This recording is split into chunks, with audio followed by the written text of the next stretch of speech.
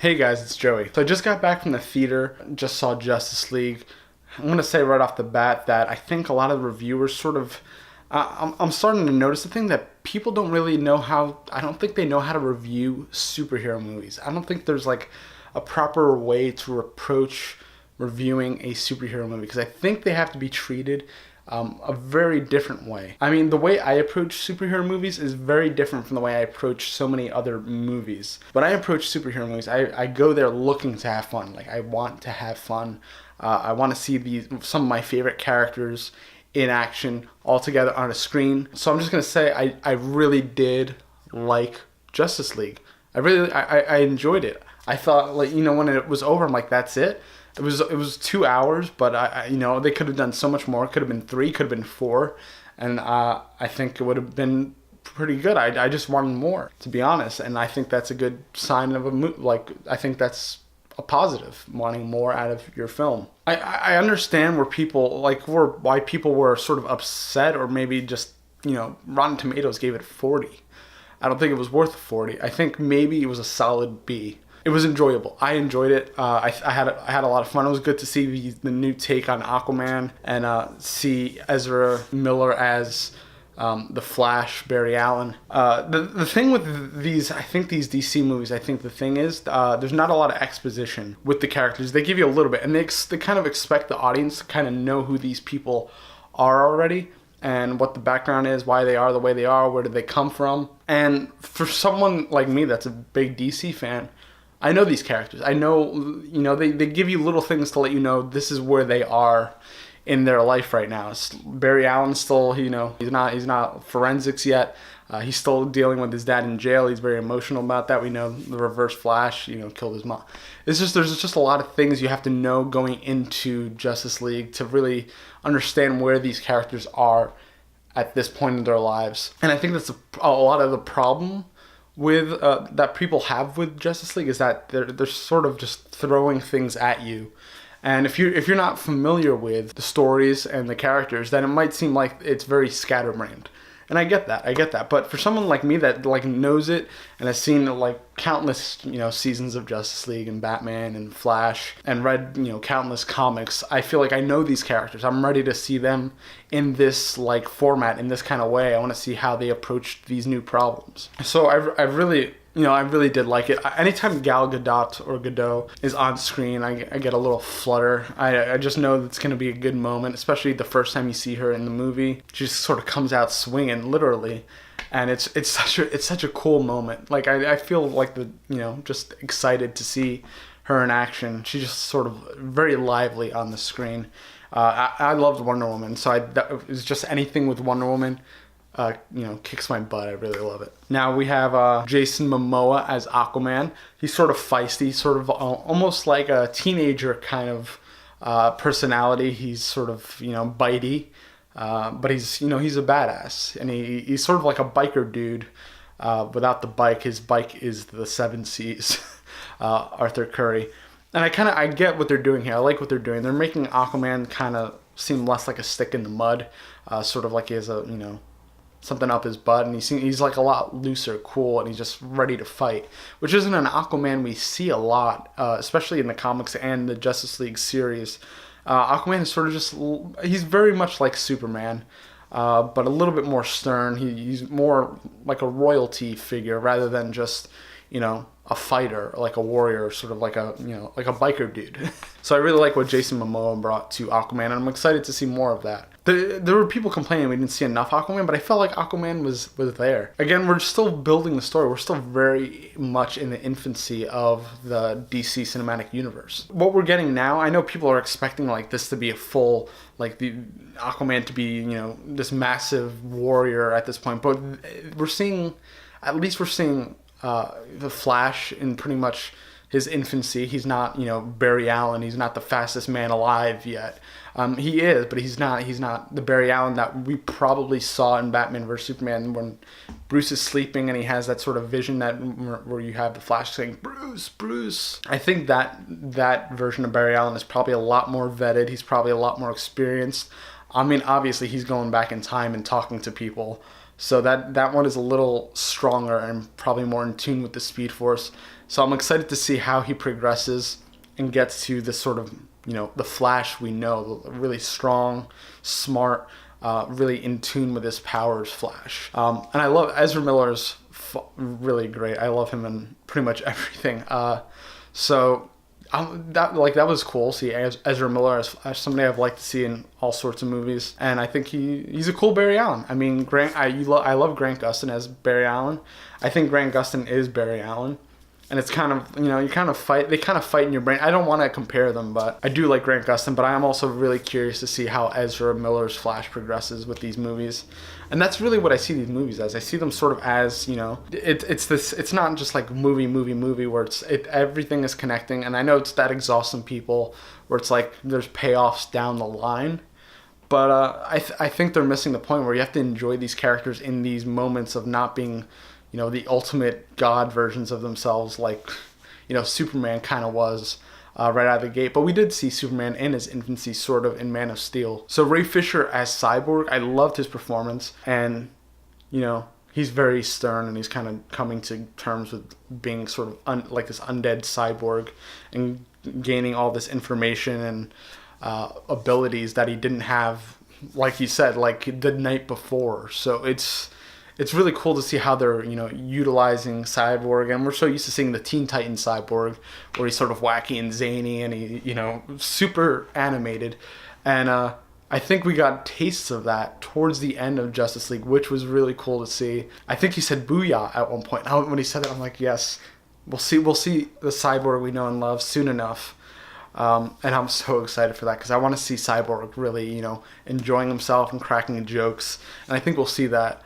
And I've seen the tonal shift of, from Man of Steel to Suicide Squad, Batman vs. Superman, Wonder Woman. It's just getting progressively less intense, and it feels like Justice League. It feels like the cartoon where everybody's sort of just, palling around, cracking jokes, getting really in each other's business sometimes, like with the Bruce and the Diana scene in the Batcave where they're kind of talking about Steve and she gets really upset. And how she's been hiding.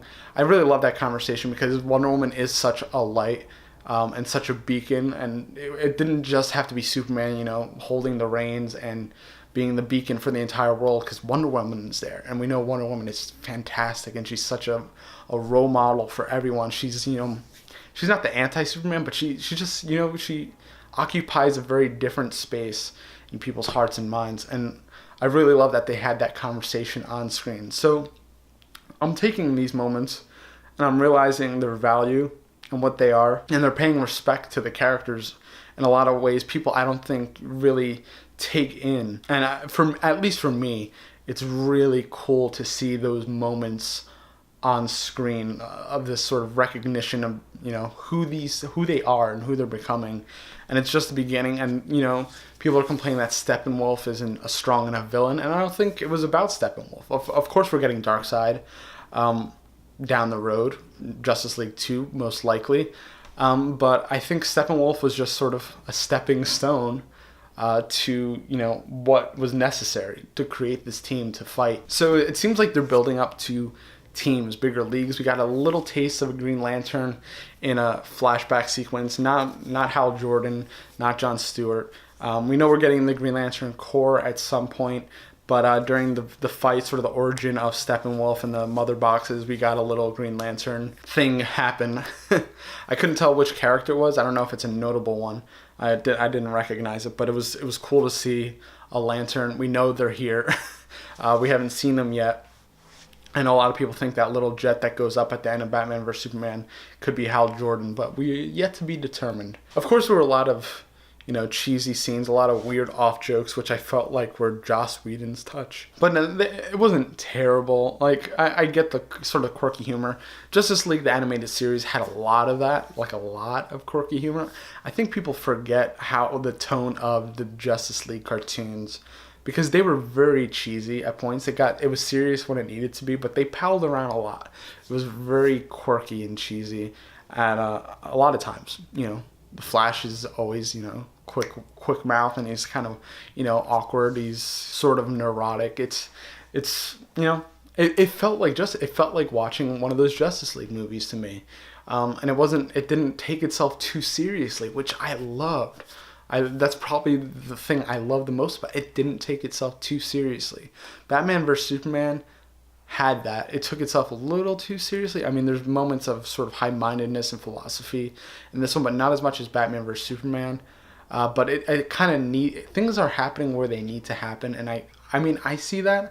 I don't know if I'm not trying to sound, snobbish or anything, but I see the progression. I like seeing how these puzzle pieces are falling into place, seeing how they're, each step is coming to us. Suicide Squad seemed to be a sort of, veer off the path, but that might circle back around in a way that makes sense in the overall scheme of things. But yeah, to wrap up, I mean, I really liked it. I don't know what else to say. I really love Justice League. I'm excited to see Justice League 2 and, Batman. I'm excited to see the standalone Batman. Hopefully Ben Affleck stays around long enough to do that, and maybe hands the reins to like a Dick Grayson or Damian or something like that. We know Jason Todd is probably questionable in this universe, but at least maybe we'll see Damian Wayne. I don't know. We'll see. Maybe Carrie Kelly. I don't know. But quick little spoiler. Whole thing had spoilers, but at the end, the Deathstroke scene, so excited. Joe Manganiello, I think that's how you pronounce his name, looks pretty cool as Wade. I'm really excited to see that. That got me hyped. People in the theater clapped. That's what I'm saying. I don't want to dismiss reviewers because I'm reviewing it, but I like to come at it from like a very fanboy kind of mentality rather than a very objective sort of state where I'm just breaking down the movie. And I like to just give my sort of emotional experience, some objective thoughts, but mostly just my emotional reaction to the movie, because I feel like that's what makes that's how I approach movies. I try to see how it affects me and affects my brain. But again, I think superhero movies are approached in the same way other movies are, but I feel like it doesn't warrant that, because it's so much a different thing. You wouldn't review each comic like it's like, you wouldn't critique a comic like it's a standalone thing. You sort of review it as like sort of a piece, a part of a bigger piece. And that's how I feel like these movies are. I mean, you're spending $15 to buy a ticket to see a movie. I think people feel like a little robbed there or something. I don't know. But I'm seeing them as pieces to a bigger story, a bigger arc where you see these characters progress, and even the tones of the movies themselves progress, because the movies have been getting progressively brighter, a little bit less dark, and I like to see that happen. I like to see them, we see at least Batman and Superman in this sort of very dark time in their lives. Batman seems to have lost pretty much everybody. Superman has lost his father. And then we have Batman vs. Superman happen, and it's very dark. And now with Justice League and Wonder Woman, Wonder Woman also lost Steve Trevor. Now everybody's coming back up. Everybody's, on the up and up. They're getting, all these friendships are being made, and this trust, and this, the Justice League is being made. So everybody's sort of, just happy to be working with somebody. It's not all on their shoulders. Superman's back in town, so the world is going to feel a little bit better about their day-to-day. It's just, I don't know. I feel like I'm very emotionally invested in these characters, and I really love everybody that's in these. I love Henry Cavill as Superman. I think he's fantastic Superman, although they had to CGI his beard, and you can like see the weird thing happening with his lip. I love Gal Gadot, or Gadot. I love Ben Affleck as Batman. I think he's definitely one of my favorite Batmans, and this isn't Christopher Nolan's Batman. It's I actually now in Justice League, with the Danny Elfman music, which I loved, that there was like sort of hints of the 1989 theme in there, which made my childhood brain go a little nuts, and it felt very good to hear that every now and then sprinkled in. It did something. It did something kind of I can't explain, but I really love that touch, and I love that Danny Elfman worked on the soundtrack and added that, because it's a very recognizable Batman, theme, motif. And I think it's like, this is Batman. This is the Batman we love. He's here. He's coming back. He's ready to kick some butt. and not do it in sort of a jaded, angry way, but sort of just like to save people. That's like the only intention, just to like save the world. And I think that makes him feel fulfilled, and that's what we get with the da-na-na-na-na.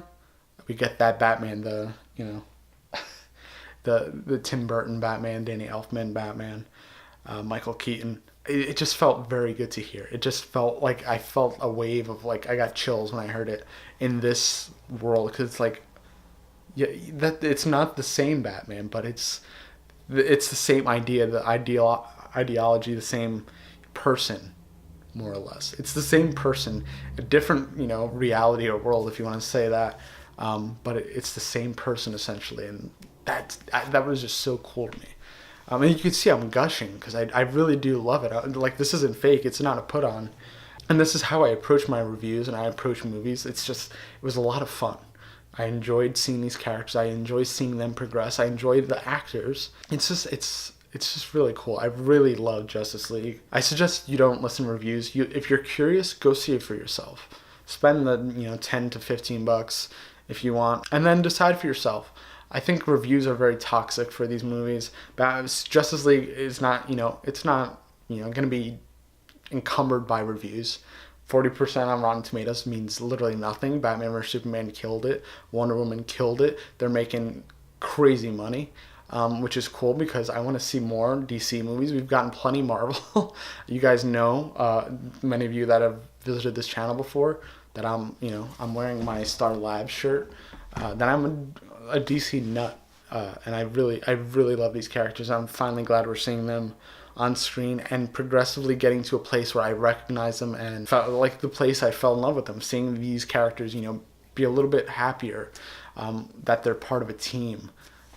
It's really cool. All right, guys, I'm gonna end it there. This went on pretty long. If you like this review, please let me know. Please let me know what you thought of Justice League. If you think I'm an idiot or something for liking it, just leave your comments. I like to have the conversation. And if you like this video and you like to see more videos, and if you like to see more comic videos, please subscribe and let me know what you'd like me to talk about. I really appreciate you guys watching, and I'm really curious to see what you have to say.